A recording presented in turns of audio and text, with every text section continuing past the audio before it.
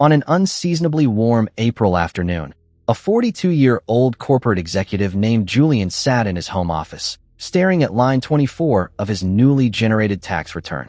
The numbers on the screen felt like a heavy physical weight in his chest. His total earned income for the year was $350,000. He had worked 80 hours a week, managed high-stress corporate restructurings, and successfully climbed to the rank of vice president. But line 24 revealed an unrelenting truth. His total tax liability was $122,000. More than 35% of his entire life's labor over the past 12 months had been confiscated before his paycheck ever hit his bank account. Julian was caught in a quiet, invisible crisis affecting millions of hardworking professionals across the country. He was earning more money than he had ever seen in his life, yet his net worth barely moved from year to year. At that exact same hour, less than 10 miles away, a quiet business owner named Marcus sat in a modest office overlooking a commercial logistics facility. Marcus's business operations had generated $750,000 in net cash flow over the exact same 12-month period. Yet, when Marcus signed his final tax filing, his total federal tax obligation was just $12,400. His effective tax rate was less than 2%. Marcus was not breaking the law. He was not hiding cash in offshore accounts or engaging in illegal tax evasion. He was simply operating under a completely different set of financial rules. And this stark reality exposes a fundamental truth about the modern financial system. The system is not broken. It is working exactly as it was designed to work. The Federal Tax Code of the United States is not merely a mechanism for collecting government revenue.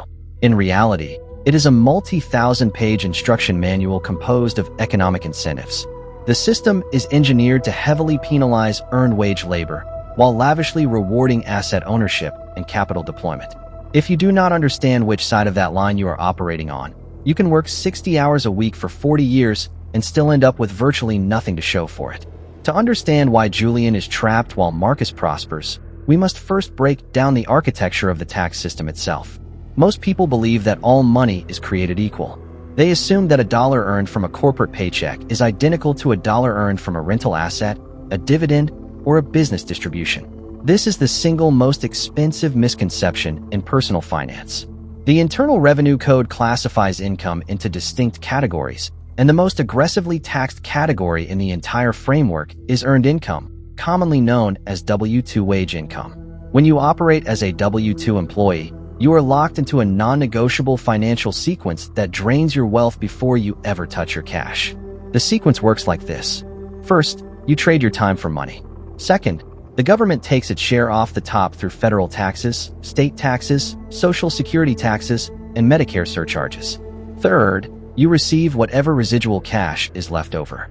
Fourth, you pay your living expenses, mortgage, fuel, food, and family needs using those fully taxed dollars. And fifth, if there is anything left over at the end of the month, you attempt to save or invest it.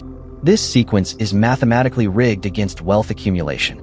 Because your taxes are withheld automatically at the source, you never have the opportunity to deploy your gross earnings to acquire income-producing assets or reduce your tax burden.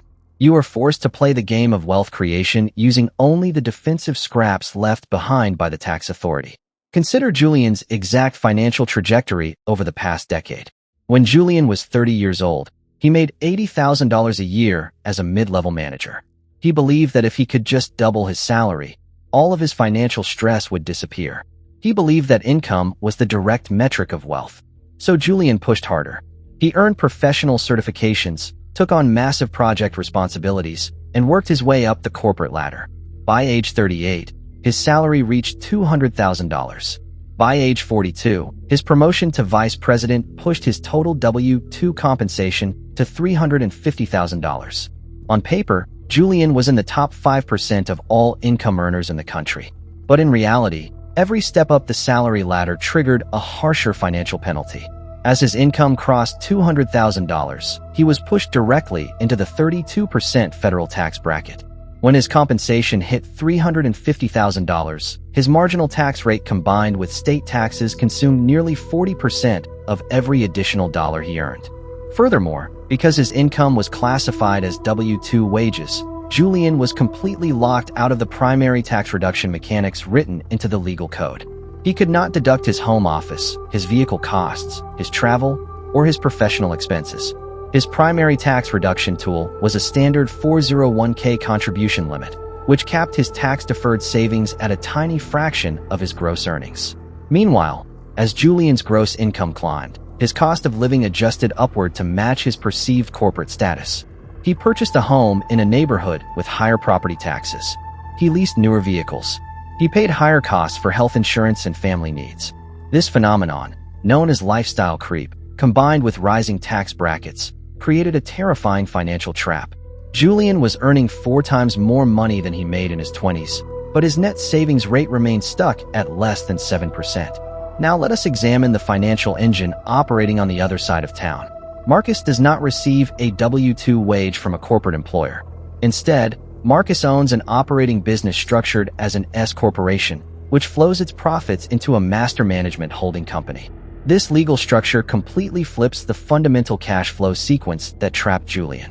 Where Julian's financial sequence is income minus taxes minus expenses equals remaining cash, Marcus operates on a completely different equation. For Marcus, the equation is income minus business investment minus legitimate expenses minus asset depreciation equals taxable profit.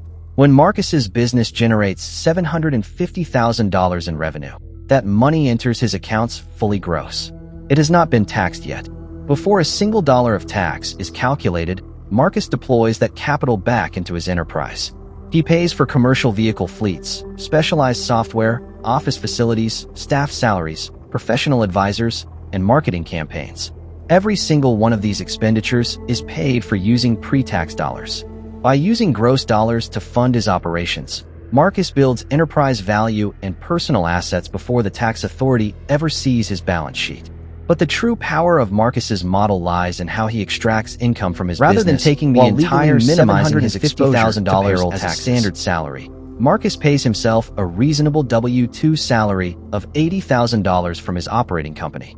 This satisfies federal wage requirements while capping his exposure to mandatory self-employment Social Security and Medicare payroll taxes. The remaining net profits of the company pass through to his personal holding company as owner distributions, completely bypassing self-employment payroll taxes.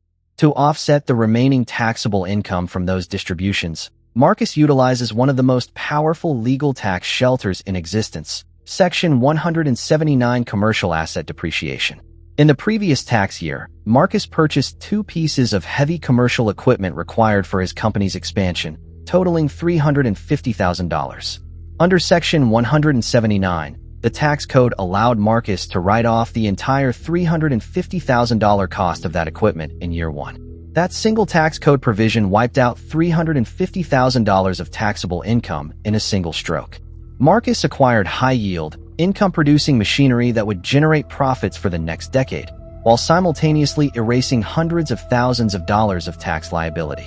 This brings us to the core structural divide that separates the struggling corporate worker from the quiet asset owner. The system is designed to incentivize capital deployment, risk-taking, and asset creation.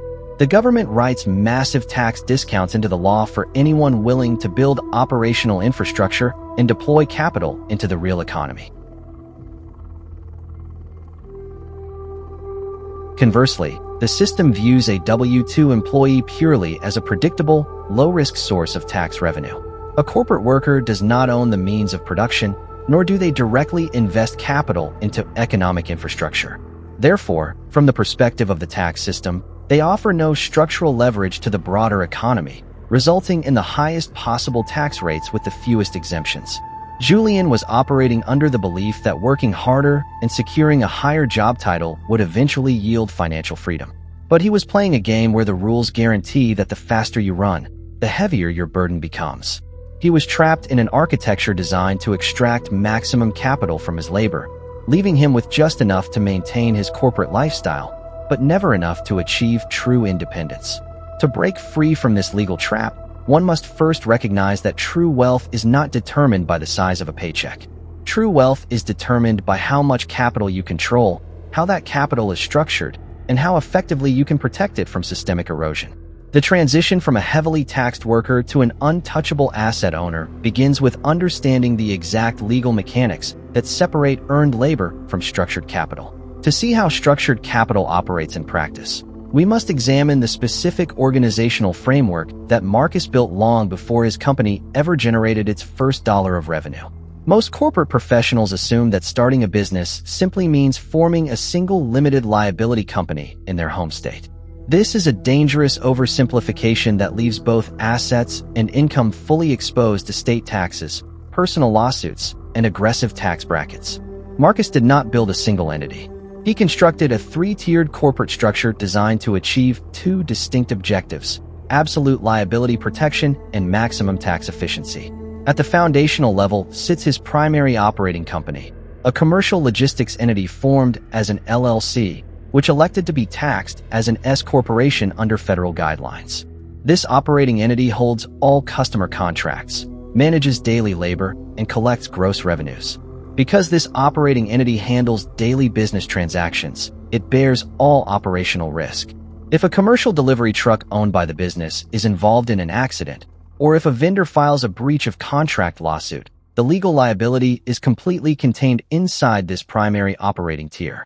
The lawsuits cannot reach Marcus's personal bank accounts, nor can they touch his real estate holdings. Directly above the operating company sits Marcus's master holding company, an entity established in Wyoming, a state known for asset protection and privacy laws. The Wyoming holding company owns 100% of the membership units of the operating company. When net profits flow out of the operating company as owner distributions, they do not pass directly into Marcus's personal checking account. They flow into the holding company, completely unseen by public databases. By routing distributions into the holding company, Marcus creates a secondary shield that separates his operational cash flow from his personal life. The holding company then acts as a centralized investment vault. Instead of pulling that cash out as taxable personal income, the holding company deploys those gross profits directly into secondary income-producing assets, such as commercial storage units, private debt notes, and multifamily real estate. Now let us contrast this holding company architecture with how Julian attempts to build wealth outside of his corporate job. Julian receives his fully taxed W-2 paycheck of $350,000. After federal income tax, state taxes, and Medicare surcharges take their $122,000 cut, Julian takes his remaining post-tax dollars and attempts to invest them in the public stock market. Julian opens a standard taxable brokerage account and purchases index funds tracking the S&P 500. He believes he is being financially responsible. But because Julian is buying assets with post-tax dollars, he is forced to work twice as hard to achieve the same asset base. To put $100,000 into his stock portfolio, Julian must actually earn nearly $170,000 in gross W-2 wages, because 40% of that gross amount is consumed by income tax before it ever reaches the broker. Furthermore, every time Julian's stock portfolio distributes dividends or generates capital gains from a fund rebalance, those distributions are taxed again in the current year. If Julian decides to sell a portion of his stocks to fund a major life expense, he faces a long-term or short-term capital gains tax ranging from 15 to 20%, plus state capital gains taxes. Julian is being taxed when he earns his income, taxed while his investments grow, and taxed again when he sells his assets. Marcus completely bypasses this triple taxation pipeline by utilizing pre-tax corporate leverage and Section 105 medical reimbursement plans. Under Section 105 of the Internal Revenue Code, a small business owner can establish a formal corporate reimbursement plan that allows the enterprise to pay for 100% of out-of-pocket medical expenses, health insurance premiums, dental care, and specialized treatment for the owner and their family. For a corporate worker like Julian, medical expenses can only be deducted on a personal tax return if they exceed 7.5% of adjusted gross income, a threshold virtually impossible for high earners to reach. As a result, Julian pays for his family's $6,000 annual health insurance deductible using fully taxed post-tax income. Marcus, on the other hand, writes off every single dollar of his family's medical costs directly through his holding company as a legitimate business deduction, reducing his company's taxable profit dollar for dollar. The disparity deepens when we examine how both men handle administrative and board operations. Marcus's holding company holds mandatory quarterly board meetings to review strategy, analyze real estate acquisitions, and audit performance. Because these meetings serve a genuine corporate purpose, The travel costs, lodging, facility rentals, and board stipends associated with these sessions are legitimate, deductible business expenses under federal tax guidelines. When Marcus travels to inspect a commercial property market in Florida, his flights, hotel stays, rental vehicles, and 50% of his business meals are funded using gross pre-tax company revenue. Julian travels to the exact same city for a personal vacation, paying for his flights and hotels using post-tax dollars that were already taxed at 40%. For Marcus, expanding his wealth and conducting business operations is a tax-deductible activity. For Julian, living life is an expensive post-tax burden. To further optimize his asset shield, Marcus implements a strategy known as cost segregation depreciation in his real estate portfolio. 2 years ago, Marcus's holding company acquired a commercial warehouse property for $800,000. A traditional real estate investor would depreciate that building evenly over 39 years, claiming roughly $20,000 in tax write-offs per year. Instead of accepting slow linear depreciation, Marcus hired a specialized engineering firm to conduct a detailed cost segregation study. The engineers analyzed the physical building and reclassified specific components, such as specialized electrical wiring, parking lot paving, security systems, and interior fixtures, into short-life depreciation schedules of 5, 7, and 15 years. Through this engineering study, Marcus unlocked bonus depreciation provisions under federal tax law, allowing him to claim over $220,000 in paper depreciation losses in the very first year of ownership. This $220,000 paper loss was not a real cash expense. Marcus did not lose money.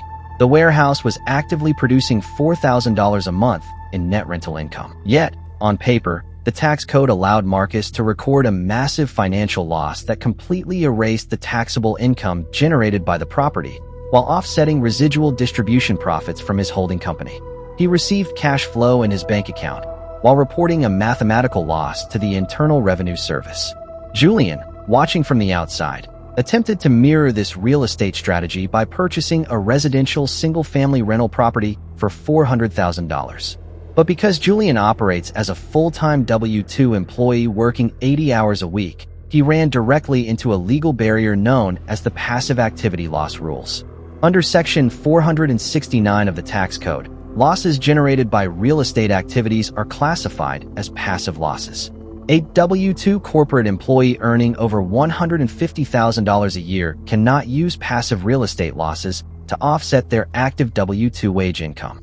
Therefore, when Julian generated $10,000 of paper depreciation on his rental house, that tax write-off was trapped inside a passive bucket, completely unable to reduce his $122,000 corporate tax bill.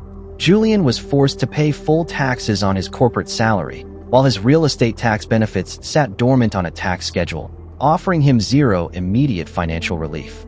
Marcus, however, structured his wife's role within their management entity so that she qualified under federal guidelines as a real estate professional. By meeting the requirements of Section 469, designated as real estate professional status, Marcus's family unlocked the legal authority to convert passive real estate losses into active tax offsets.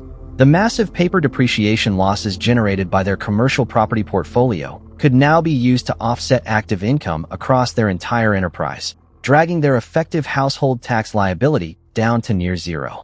This exposes the second fundamental principle of institutional wealth. The system does not reward you for earning money. It rewards you for how your money is classified and how your time is structured. Julian assumed that earning a higher salary was the path to financial elevation, unaware that every raise locked him tighter into the most heavily taxed classification in existence. Marcus recognized that by shifting his income classification from earned W-2 wages to passive distributions, business profits, and real estate paper losses, he could compound his wealth at triple the speed of a corporate executive. While Julian surrendered over $100,000 to the tax authority every single year, Marcus recycled that exact same capital back into income-producing assets that generated even more pre-tax cash flow. The compounding divergence between these two men over a 10-year period is staggering.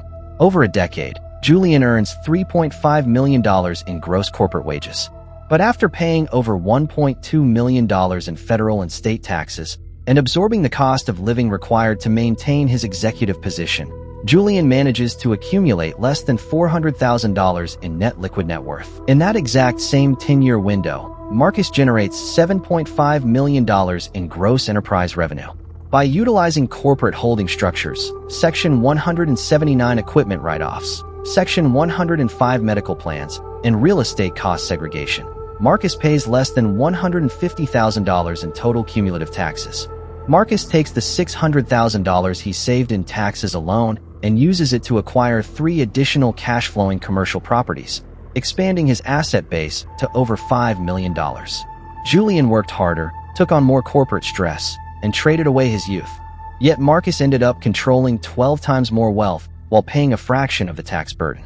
This vast disparity in accumulated net worth is not simply the result of tax minimization. It is the direct outcome of how debt and leverage are utilized in 2 completely opposite financial universes. For the average corporate worker, debt is a financial prison sentence. For the institutional asset owner, debt is the single most efficient, tax-free wealth acceleration tool ever created. To understand why this is the case, we must look at how Julian utilizes debt compared to Marcus. When Julian wants to upgrade his lifestyle or acquire an asset, he relies on personal consumer debt, primary mortgages, luxury vehicle leases, and credit lines backed by his future labor. Every single loan payment Julian makes is funded using post-tax dollars that have already been eroded by his 35% tax bracket. When Julian pays $5,000 a month toward the mortgage on his primary residence, that $5,000 actually required nearly $8,000 of gross W-2 earnings to generate. Furthermore, because a primary residence is classified as a personal consumption asset rather than an income-producing asset, the capital tied up in his home equity sits idle, generating 0 monthly cash flow. Marcus views debt through an entirely different lens. Marcus never uses debt to fund personal consumption. He uses asset-backed leverage to acquire cash-flowing equity and generate non-taxable liquidity. Under federal tax law, specifically Section 1001 of the Internal Revenue Code, money raised through loans or debt proceeds is legally classified as a liability, not income. Because debt is not classified as income, borrowing against an asset does not trigger a taxable event. This simple legal principle forms the foundation of how the ultra-wealthy extract millions of dollars from their portfolios without ever paying a single dollar in income tax or capital gains tax. Consider how Marcus executes this strategy in real time. 5 years after acquiring his commercial warehouse property, the market value of the building appreciated from $800,000 to $1,200,000, while the principal balance on his original mortgage was paid down by tenant rental income to $400,000. Marcus now controlled $800,000 in equity inside the property. A conventional investor like Julian might consider selling the property to realize those profits. But selling the building would trigger massive federal capital gains taxes, state taxes, and depreciation recapture penalties, wiping out over $200,000 of hard-earned equity. Instead of selling, Marcus instructed his holding company to execute a cash-out refinance with a commercial lender. The bank issued a new loan for $600,000 against the appraised value of the warehouse. Marcus used $400,000 of the proceeds to pay off his original mortgage, leaving his holding company with $200,000 in cash. That $200,000 hit Marcus's holding company bank account fully liquid and completely tax-free. Because the money was structured as debt proceeds rather than income, Marcus owed $0 in taxes to the Internal Revenue Service. He did not sell his asset, he did not surrender ownership, and he did not trigger a single tax event. Furthermore, the interest payments on the new commercial loan were fully deductible as a business expense against the gross rental revenue produced by the warehouse tenant. Marcus took that $200,000 of tax-free loan proceeds and immediately deployed it as a down payment to acquire a second commercial property, generating an additional $6,000 a month in net rental income. Marcus took debt, a tool that keeps most corporate workers trapped in debt service, and converted it into a compounding, tax-free growth engine. He expanded his real estate portfolio, increased his monthly cash flow, and reduced his net tax liability, all without using a single dollar of his own post-tax earnings. When Marcus eventually decides to trade up to a larger multi-family housing complex, he will not sell his properties in a taxable transaction. He will utilize Section 1031 of the Internal Revenue Code, commonly known as a 1031 exchange. Under Section 1031, an investor can sell an income-producing property and roll 100% of the capital gains directly into a larger, like-kind real estate asset within 180 days, deferring all capital gains and depreciation recapture taxes indefinitely. By continuously stacking 1031 exchanges over several decades, Marcus can scale a multi-million-dollar real estate empire while paying $0 in capital gains taxes. And when Marcus eventually passes away, his heirs will receive those properties under a provision known as the step-up in basis under Section 1014 of the tax code. The step-up in basis automatically adjusts the tax cost basis of all appreciated assets to their current fair market value upon the owner's death. This legally erases decades of accumulated capital gains and depreciation recapture liabilities in an instant. Marcus's children can immediately sell those assets or borrow against them, paying zero capital gains tax, completing the ultimate cycle of dynastic wealth protection. When Julian first discovered these systemic mechanics, he felt a profound sense of frustration. He realized that for 20 years, he had been following a flawed blueprint. He had been taught that the path to success was to work hard, climb the corporate ladder, pay his taxes, max out his 401k, and save whatever scraps remained. He saw clearly for the first time that his 401k account was not a vehicle for true wealth creation. It was a government-approved tax deferral box designed to lock his liquidity away until age 59 and a half, while forcing him to pay full ordinary income tax rates on every dollar he withdrew in retirement. Julian realized he did not need to quit his high-paying corporate job overnight to escape this trap.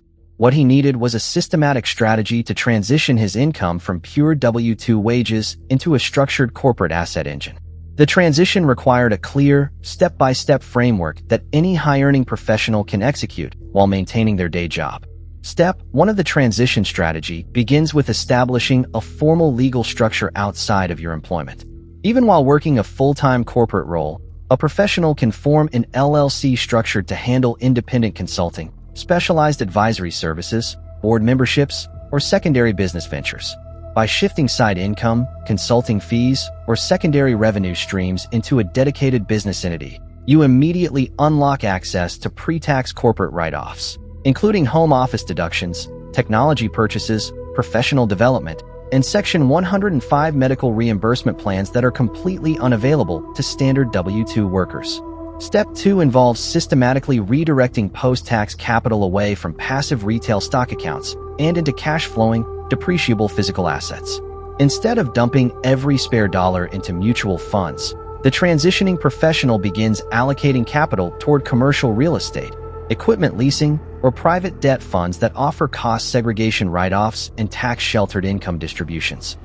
Step 3 focuses on unlocking real estate professional status or establishing a short-term rental management entity.